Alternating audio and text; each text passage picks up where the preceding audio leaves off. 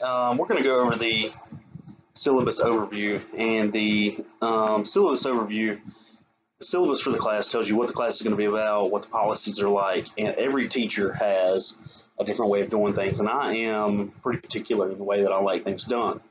I believe that if I can train you up front before we ever get to the semester, then it will run more efficiently. You will do things the way that I want you to do them, and we can actually move on, quicker than we would have if I just explained it the way. So the first one we're getting into, Chromebooks and electronics. You're working to have your Chromebook out before class. But once the bell rings, I need you to close it. That way you can pay attention to me. You cannot do two things at once. So that's just a period, full stop. Put your Chromebook up, close it, listen to me. And I should not have to tell you to put it up. This should just be an automatic response to the bell ringing. So if the bell's once the bell rings, close your Chromebook. I'll start class. And every teacher's different. Sometimes the bell rings for some classes and the teacher doesn't start class for 5 or 10 minutes. That typically does not happen with me. I'm typically on the ball, Johnny on the spot. If I have to tell you to constantly close your Chromebook day after day, I'm gonna tell you to go out in the hall at the beginning of class. And when I tell you to put it up, that doesn't mean 10 to 15 seconds later. It's typically right now. And the way that I was taught is that delayed obedience is disobedience. Right? Some of your mom has probably told you while you're playing a video game to go empty the dishwasher or fold your clothes or clean your room or whatever, and you were like, "Mom, just give me 5 more minutes or 10 more minutes or whatever." That's the same thing as disobedience, right? You're not listening to your mom. You're not paying her the due respect that I believe that she is owed. Same way with me. Headphones. I have AirPods in right now. Love headphones. I listen to podcasts every day. If I am not teaching, I'm typically listening to a podcast. So you can listen to music while you work on assignments. That does not bother me. The only exception to this is on tests. During tests, I've got to have it quiet. So you're not gonna have your headphones in or anything like that while you're on a test. But any other assignment, go for it. Listen to music, podcast, whatever it is you like to listen to. The other example to this is you cannot listen to music in the shop. This is just a safety issue. I don't have anything against listening to music. It's just if you can't hear what's going on, you're not aware of your surroundings, you can get hurt. If you spend more time searching for music than working on assignments, I'll probably exit you out of your music through the Guardian. If you got it pulled up on YouTube or something. And you cannot have headphones on your head or hanging over your ears. So a lot of kids like to have them hanging over their ears. Or just, the padded ones right here on the side of their head, not on their ears while I'm teaching. So if I'm teaching in front of class, the headphones are off. Totally off. Off your head, not hanging over your ears, not in your ears or paused. And the reason I say that is there's no way for me to tell if you actually paused the music or the podcast or whatever you're listening to. Tardies. Tardy, everybody knows what a tardy is. You come in late. You need to be in your seat by the time the bell rings. If you're not, I mark you tardy. I'm not going to tell you that I'm marking you tardy. If you come in late, I'm just automatically going to put it in Power School that way. With the new school year being the way it is, and we're going to be on half days and stuff like that, I'm not 100% sure whether or not how they're doing tardies, but I'm going to mark you tardy, and I actually do mark you tardy. I know some teachers, kind of lenient on stuff like that, but you will definitely be tardy. Food and drink. I don't care if you have food and drink in class. With the exceptions are that you don't disrupt class with your food and drink, right? When you bring food in class in, what does everybody want to do? Right? Everybody wants to ask you, "Hey man, let me have a chip. Just let me get one of those," right? So if you've got food and drink, just don't let it become a problem, and fine. Throw your trash away. I'm not your mom. I'm not your dad. I don't want to pick up after you. I'm not, right? Throw your trash in the trash can. There's one at the front of class. There's one at the back of class. So just throw your trash away and don't let it disrupt class. Now this one is mainly for first block. Do not walk into my class in the morning late with fast food. This is just a pet peeve of mine, because if you walk in late holding fast food, that tells me that you could have been on time had you not stopped for fast food, more than likely. So if you're going to stop and get fast food and you're going to be late, just sit in your car and eat it. Sit out in the hall and eat it, right? And throw it away before you get in my class. And if any of the above is a reoccurring problem, I will, you know, send you out in the hall for class disruption. Tobacco, and so I know a lot of people think that this is carpentry. I should be able to, I used to chew tobacco. I did, and I don't anymore. Quit. But you're not going to chew tobacco in my class. You're not going to dip in my class. You're not going to smoke. You're not going to use vapes, any of that stuff. And I typically have to make somebody an example out of somebody. So don't use it, just period, at all. If you do, the first couple of things you're going to have to spit it out. That's a given, obvious, number one. Number two, you're going to have to give me the rest of it. And number three, I'm going to write you up. And I will write you up if you are using tobacco in my class. Preparation. Come prepared to class. You're going to need a notebook, paper, pencil, Chromebook. Chromebook tape measure is big. You're going to need to get your own tape measure for class. It could be $5, $10, Home Depot, Walmart, Site, Lumber. I don't really care where you get your tape. You can borrow it from your dad, your uncle, your grandpa, whoever. Just get a tape measure, bring it in, bring it with you every day to class, leave it in your book bag. You need to get that before the first week of school is out. So we're going to start school on Monday. You're going to need to get it before the next Monday, which is August 24th. Come prepared to class. I do not like people that are not prepared. If that is a recurring problem, first time, obviously, I'm going to give you a warning. Everybody needs some grace. Everybody messes up. I mess up from time to time. I forget some stuff. Second time, we're going to the hallway. Third time, we're going to write you up. Makeup work. When you miss a day in this class, it is your responsibility, all right, to make up the work, not mine. I'm not going to tell you what you need to ask me what you missed, right? 99% of the time, I'm going to tell you to look on Power School because I put grades in immediately. I quite literally put grades in the day of. So you can pretty much look on Power School anytime and see what you're missing, but you can also ask me. I do this to teach you responsibility. Every kid, part of school is not just learning the subject matter in school, but actually learning the responsibility to do certain things. Late work can only be made up during Smart Lunch in my class. Now, we're not going to have Smart Lunch. It doesn't look like this year because of COVID-19. But if we ever go to the Smart Lunch schedule again, you can only do the late work in Smart Lunch. Because I don't know if you do it in some other class, I don't know if you ripped it off of some other kid and you didn't actually learn anything. And I'm not, my goal in this class is to actually teach you something, not just to get a grade at the end of it, but for you to actually learn the stuff that I'm teaching you. You must sign in during Smart Lunch. There's a link through Canvas. This is assuming that we ever get Smart Lunch back, which we may not. And if you make up or turn in late work any other time other than Smart Lunch, you're not going to get credit for it, right? So let's say that you make up an assignment at home, you didn't do it at Smart Lunch, you're not going to get credit for it.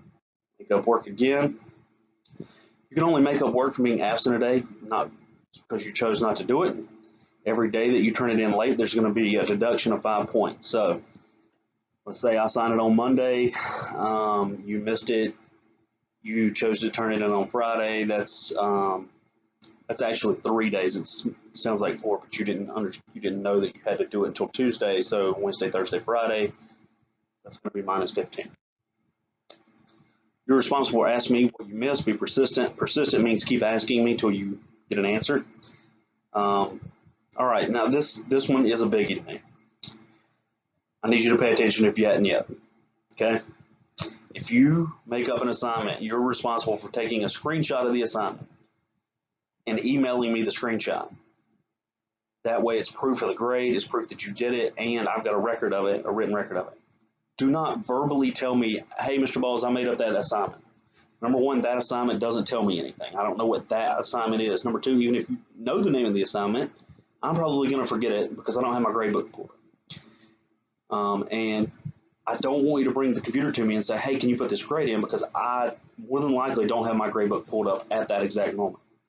And if you send me an email, I've got a record of it, I can track it, and you can't lie about it, and I can't lie about it, and everybody's on the same playing field, right? So if I've got an email, there's a track record of it. You can always show me receipts, right?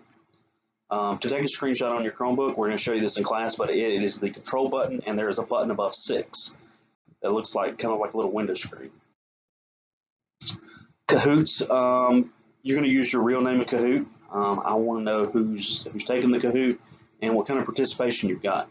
And sometimes, not always, I will take a grade on Kahoot, and first place I give 100 points. This just gives you an incentive to actually try and participate in the Kahoot. Some people just click through, and I want you to actually have some sort of incentive to participate.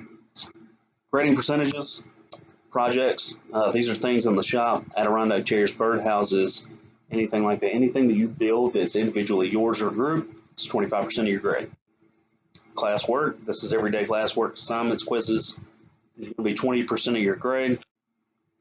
Your performance grade, performance is an effort grade. Now, there's a lot that goes into a performance grade, right? A lot of teachers give like participation grades, and they give everybody almost always like A's for whatever crazy reason. There's no point in having a performance grade or a participation grade if you're just going to give everybody an A, because not everybody works as hard as everybody else. Not everybody does the same quality work that everybody else does. Right? We live, at least in my class, in a meritocracy. So your performance grade is going to be based on your attitude, how well you perform, whether or not you work hard, whether or not you're trying, and at the very least, teachers want to see effort. Like every teacher I know wants to see effort, right? And we can give a little on quality as long as you're trying. But if you're not trying, this goes to did you help get the tools off the bus? Did you help clean up? Did you help sweep? Did you help? Did you do whatever we asked you to do? What kind of attitude did you have while we did all of this? Nobody wants to work with somebody that complains all the time. All right. Last but not least, you're going to take, if you're in core, you're going to take 8 tests this year, and if you're in carpentry 1, you're going to take 7 tests. If you're in carpentry 2, I believe you're going to take 6. But they were 35% of your grade. You can take tests. I'll probably just have to explain this part in class, but you can take tests one time for a grade in my class. But if you want the credential that comes along with my class, you can take the test more than once, but it will not change the grade in my class. Turning in assignments. You're going to do that through Canvas. I can pretty much automatically see your grades in Canvas. Like I said, if it's late or anything like that, then you need to screenshot it and email me. Seating. All right, this year with COVID-19, this is not always the case, but this is the way things are right now. I've got to socially distance you at 6 feet. You're going to be given an assigned seat. That way, number one, you're sitting at the same desk every day. That way, it's primarily your germs that you're coming into contact with. I felt like this would be the best, and you're going to be spread apart from each other. You're not going to be able to sit near each other. If I do have to move you for talking discipline reasons, that is a permanent move. Okay. And if you decide to sit somewhere other than what I tell you, you're disregarding my authority as the teacher of the class, and I don't take too well to that. So just make sure you sit where I ask you to sit. Bathroom. If you need to go to the bathroom, there's a sign-out sheet. Put the time and destination, where you're going. Sometimes you're not going to the bathroom. Sometimes you're going to the office, the counseling center, the media center, Chromebook help desk, another teacher's classroom, you name it. Put the destination. We want to know where you're at. Keep something in mind when you go out in the hallways. There are security cameras pretty much everywhere. There are a few blind spots, but just keep that in mind whenever you're going out in the hallway. You need to ask me to go to the bathroom. I had a kid for the first couple of weeks of class one time that he did nothing. Like he just got up and would leave class. I finally had to talk to him about this. He's like, I'm just going to class. I was just going to the bathroom. But of course, this particular kid was lying. He was there was a few times he went to the bathroom. A few times he was just wandering the halls, just going to check things out because he was bored. So you do need to ask to go to the bathroom. You can't go in the first 10 minutes to the last 10 minutes of class. You'll have to wait. Take the hall pass. There's a hall pass hanging up on a screw in there. If whenever you come back with the hall pass, you need to hang it back up. It's not hard. There's a hole drilled in the hall pass. Hang it back on the screw. Right? Put stuff back where it goes. Go straight there and straight back. So if you go to the bathroom, there is one down here. The closest one is the one in the lobby right outside the cafeteria. That is probably the closest bathroom to get to. But if you're going to the bathroom, do not go wandering around the halls, visiting teachers, visiting other students. If you have to ask to go, if you come back and if you don't ask to go, sorry, I should have put if you don't ask to go and you just leave class and you're gone for 15 minutes and I have to go track you down, I'm going to write you up for skipping. There can only be one person at a time going to the bathroom.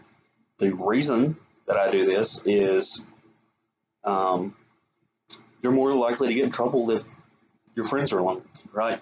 You're by yourself. If you're with your buddy, he can talk you into doing something dumb while you're out, and say, "Hey, man, let's go check out this," or "Let's go do this," or whatever. So if there's only one of you out at a time, you're less likely to get in trouble.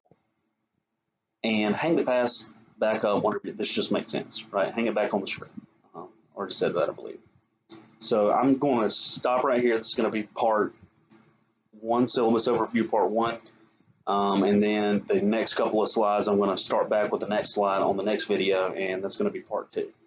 So if you've got any questions from the first, this is me explaining the first one.